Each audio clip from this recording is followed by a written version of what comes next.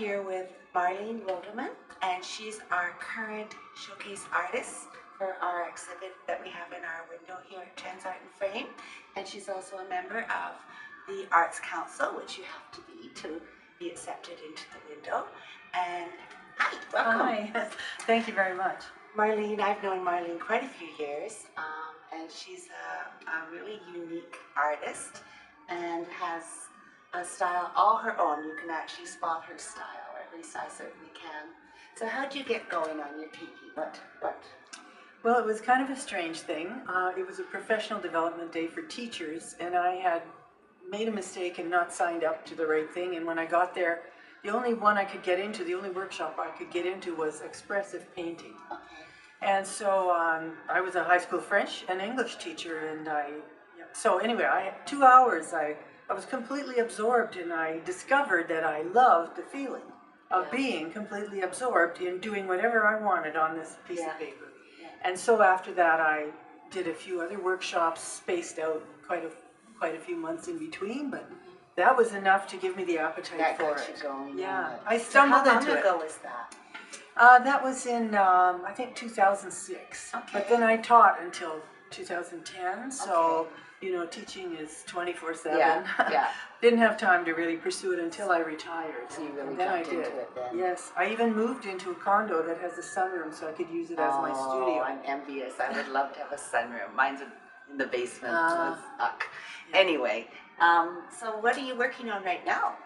Well, I brought a couple to show you. Examples for us. And we'll also put Marlene's website up on your website. Yeah, and we'll MarleneWildeman.com. Yeah. So this is one I did in Puerto Vallarta from a photo I took in a fish shop, and a lot of people really liked that one. I brought it to show.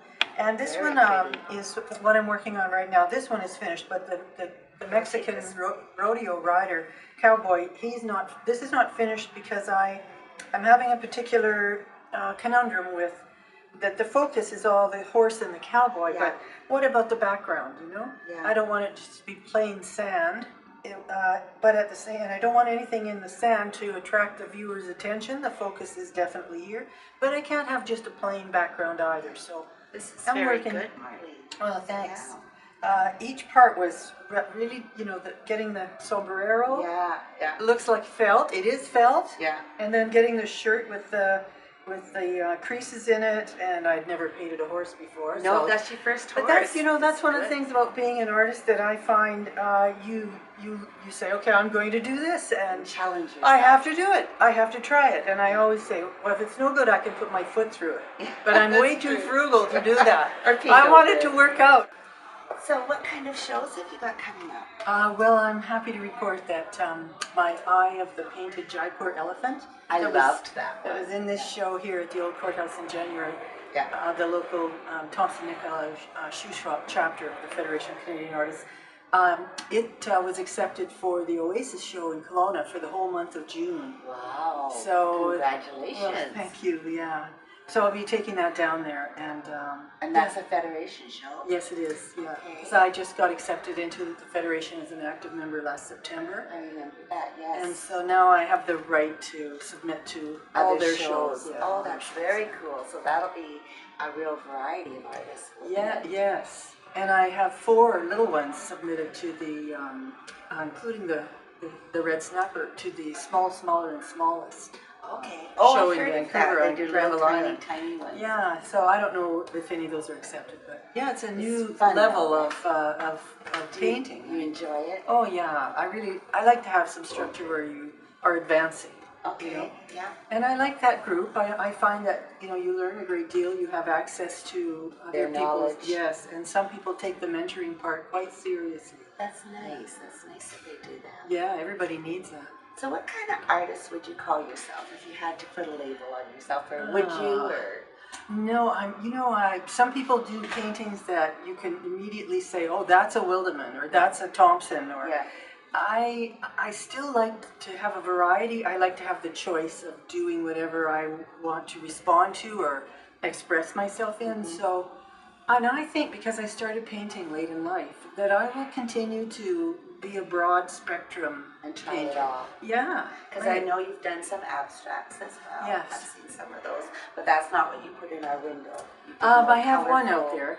The Tempest in a Tugboat is It's an abstract. more abstract. Yeah. Still a little more. I don't know the words right. I don't even. Expressionistic. Yeah, more expressionistic. Yeah. Yeah, definitely.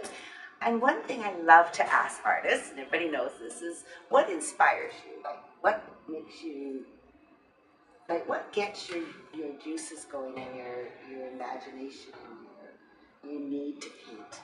Anything? Well, yeah, I think that I have an aesthetic, a highly developed aesthetic sense. And so if I see something, I might want to take a photo of it so I can use it as a reference later. I want to express something that I think is beautiful or intriguing or, just different, unique, original. I love originality. I like to not do what everybody else does. Yeah. So that keeps me open to the possibility of making a painting that no one's ever seen anything like that before. And that's your goal. Yeah. I love that. Yeah, I do. I think that's what artists should do, is be original. Yeah, you do have to, when you have a teacher, you want to learn how they did certain things. Techniques. And you practice it, but then once you get them, you should make it your own. I agree.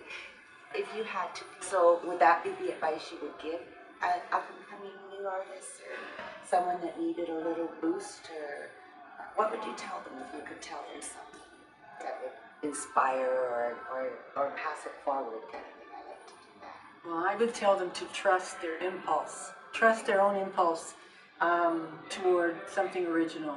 And if they don't yet know how to do the technique to make what they want to do, well, then they can take courses, workshops, lessons, enroll in a university fine arts diploma or degree program. Yeah. But keep wanting to make that something that nobody else is doing. That's good advice. It's good advice. Thank you, Marlene. Thank you very much for having me. And make sure you come down. She's in our window for another week. But you can also visit her website and see all her beautiful work there. And I'm sure she'd love to talk to you about it. So bye now.